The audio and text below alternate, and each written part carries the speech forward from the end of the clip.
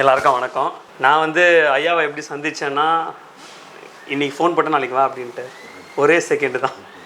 அதை நான் மறக்கவே மாட்டேன். வந்துட்டேன். ஆனால் அதோட எனக்கு ஒரு கிடச்ச பெரிய பிளெஸ்ஸிங்னா, பகவத்கீதாவில் ஒரு வேர்டிங் இருக்குது. எத்யதா சரசி ஸ்டேட் தத்தத் தேவோ ஜரோஜனக சயத் பிரமாணம் கிருத்தே லோகஸ்தத் அனுவர்த்ததே. இந்த இதோட மீனிங் என்னென்னா, பகவத்கீதை சொல்கிறாங்கன்னா, பெரியவங்க என்ன சொல்கிறாங்களோ கண்ணை மூடிக்கிட்டு கேட்டு உன் நல்லது தான் கிடைக்கும் அப்படின்வாங்க. அதே மாதிரி எனக்கு வந்து ஐயா வீடியோஸ் பார்த்துருக்கேன், பழகியிருக்கேன், எல்லாம் ஃபாலோ பண்ணதில்லை அவ்வளோவா up to N college life வரைக்குமே. ஆனால் என்னோட நிறைய ஆப்பர்ச்சுனிட்டிஸ் வந்து எல்லாம் மிஸ் ஆகிட்டே இருந்தது. திடீர்னு ராமகிருஷ்ணா மிஷனில் எங்கள் மகாராஜ் ஒருத்தர் பண்ணேன் அப்படின்னாரு. அவள் தான் குதித்தேன். அன்னிலேருந்து என் லைஃப் சேஞ்ச் ஆகிடுச்சு. ஒரு சின்ன எக்ஸாம்பிள்னா, லாஸ்ட் டைம் வந்து நான் சிவானந்த் சார்லாம் இங்கே ஐயாவை மீட் பண்ணுறதுக்கு ஐயா பர்த்டேக்கு வந்திருந்தோம். என்னால் நின்று ஐயா கிட்ட பேசக்கூட முடியல. அதுதான் உண்மை. ஏன்னா ஐயா வந்து எனக்கு கடைக்கு பேர் மாற்றி கொடுத்தாரு. அப்பா வந்து 30 இயர்ஸாக பிஸ்னஸ் பண்ணிக்கிட்டு இருக்காரு. ஆனால் பீஸ்ஃபுல் பிஸ்னஸ் இல்லை. ஏன்னா கடை பேர் அப்படி நேம் சரியில்லாததுனால எல்லாமே நடந்துருந்தது. மாற்றினதுக்கப்புறம் டோட்டலாக இப்போ வேறு. இப்போ அப்பா இல்லை, நான் கடையிலே இருக்கேன், எங்கேயும் வெளியே போக மாட்டேன். அது மாதிரி ஒரு சர்க்கம்ஸ்டன்ஸ் க்ரியேட் ஆகிடுச்சு. இப்போ நான் இன்றைக்கி வெளியே போகணுன்னா ஒரு 4 பேர் நான் உட்கார வச்சு தான் வரணும் கடையில். அந்தளவுக்கு என்னை பிஸி பர்சன் ஆக்கிட்டார்.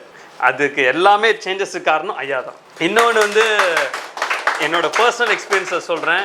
இது ஃபார்மட் டெர்மினாலஜி பற்றி நான் என்ன சொல்கிறேன்னா, ஒவ்வொருத்தருக்கு பார்க்கும்போது அவ்வளோ பயம் வருது மனசில். இப்போல்லாம் ஃபஸ்ட்டுலாம் இதுதானே என்னமோ பார்த்துடலாம் ஈஸியாக. இப்போ ப்ராக்டிஸ் பண்ணுறப்போ கூட எக்ஸாம் ஈஸியாக இருந்தது. ஆனால் இப்போது கடையில் வந்து ஒவ்வொரு குட்டி பசங்க எல்கேஜிலேருந்து 12th படிக்கிற பசங்க எல்லாருக்கும் யூனிஃபார்ம் அவங்க வராங்க. அவங்க டேட் ஆஃப் பர்த் பார்க்கும்போது நமக்கு அவங்க பேர் கேட்குறப்ப அவ்வளோ பயம் வருது. இப்படி இருக்காங்களே, என்ன பண்ணுறது ஒன்றும் புரியல. அந்த பயத்துலேயே தொடலாமா வேணாமான்ற இது வந்துருச்சு. என் கூட ஃப்ரெண்ட் ஒருத்தர் மெடிக்கல் ரெப்பே இருக்கார். அவருக்கு நான் ஒரு 20 வாட்டி சொல்லியிருப்பேன், இந்த ஐயா போய் பாருங்கன்னு சொல்லிட்டு. ஆனால் அவரை பார்க்க விடலை. சரி, ஒரே ஒரு நாள் நான் அது பண்ணக்கூடாது தான். அவரது ரொம்ப கான்ட்ரவர்சி 37 இருக்குது அவர் டேட் ஆஃப் பர்த்தில். சும்மா பேப்பரில் எழுதிட்டு பார்த்தேன். அதுக்கே நல்ல எஃபெக்ட் தாங்க முடியல. அப்படியே விட்டுட்டேன். அதோட கூட இல்லை, பார்த்தோன்னே தெரிஞ்சிச்சு. எஃபெக்ட் அப்போவே தெரிய ஆரம்பிச்சு. அப்படியே விட்டுட்டேன், க்ளோஸ் பண்ணிட்டா. அதை பற்றி நான் டிஸ்கஸ் கூட பண்ணல. இந்த ஃபார்மட் டெர்மினாலஜி வந்து எனக்கு என்ன கற்றுக் கொடுத்ததுன்னா, ஒரு வாழ்க்கைன்னா இப்படி தான் வாழணுன்ற எனக்கு கற்றுக் கொடுத்தது. அது எப்படின்னு சொல்கிறதுனா, நான் வந்து எழுந்துப்பேன், என்ன வேலை இருக்கோ அதை மட்டும் பார்த்து போயிட்டே இருப்பேன். ஆனால் எப்படி என் லைஃப் ஸ்டைலில் மாற்றுச்சுன்னா, நமக்கு என்ன கடமை. இப்போ நம்ம லைஃப் இப்போ காலையிலேருந்து நைட் வரைக்கும் நல்லா ஓடணும்னா அதுக்கு ஒரு சார்ஜ் வேணும். இப்போ ஃபோன் சார்ஜ் போடுற மாதிரி. அது மாதிரி ஐயா கொடுத்த பேர் வந்து எனக்கு சார்ஜ் கொடுத்துருது காலையிலேயே. நான் எப்படி ஸ்லோவாக இருந்தாலும் சரி, ஃபாஸ்ட்டாக இருந்தாலும் சரி, அந்த சார்ஜ் கரெக்டாக ஏறிடுச்சுன்னா அதுக்கப்புறமா அந்த டே ஃபுல்லாக நல்லா போகுது. நைட் நான் வீட்டுக்கு வர இருக்கும் ஃப்ரீயாக இருக்குது எனக்கு. அது மாதிரி ஒரு அது இதனாலே இப்போ பேர் எழுதுனா மார்னிங் 7 o'clock எழுதிடணும். 5 o'clock எழுதிடுறேன். 6:30 ஃப்ரீ ஆகிடுறேன். அதுக்கப்புறம் ஒர்க் ரொட்டீன் நல்லா ஃப்ரீயாக ஸ்டார்ட் ஆகுது. ஒரு லேசினஸ்லேருந்து வெளியே எடுத்துருந்துருச்சு ஃபஸ்ட்டு என்ன ப்ளஸ் பாயிண்ட்டே. எனக்கு என்ன ஒரே ஒரு சின்ன ஆசைனா, எந்த டவுட் இருந்தாலும் ஐயா எந்த டைம் இருந்தாலும் சொல்கிற ஒரே செகண்டில் எல்லாமே. எனக்கு என் மேரேஜ் டேட் ஃபிக்ஸ் அப் பண்ணுற கூட ஃபோன் பண்ணுறப்பெல்லாம் இது ஒரு கோஇன்சிடென்ஸாக என்னன்னு தெரியல. என் கூட இருந்த மணி சாருக்கு தெரியும். எல்லாமே ஐயாவோட கோயிலில் இருக்கிறப்ப தான் எல்லாமே ஃபிக்ஸ் ஆச்சு. டேட்டும் சரி. இன்னொன்று அவங்க பொண்ணு வீட்டுக்காரங்களே இந்த டேட் வேணாதுன்னு இல்லை அப்படின்னு சொல்லி ஐயா கிட்ட கேட்டு சொல்கிறேன். அப்போ நான் அந்த டவுட்டுக்கு ஃபோன்றப்போ கூட ஐயா வந்து கோயிலில் தான் இருக்கார்.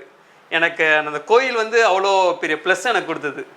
இன்னொன்று சன் டிவியில் வந்து ஷூட்டிங்க்கு வந்தாங்க நம்ம கோயில் அபிஷேகம் இதெல்லாம் எடுக்கிறதுக்கு. அப்போ வந்து எனக்கு அன்றைக்கோ ஒர்க் இருந்தது. ஆனால் அன்றைக்கி மட்டும் எல்லா ஒர்க்கும் அது ஆட்டோமேட்டிக்காக விலைக்கு போயிடுச்சு.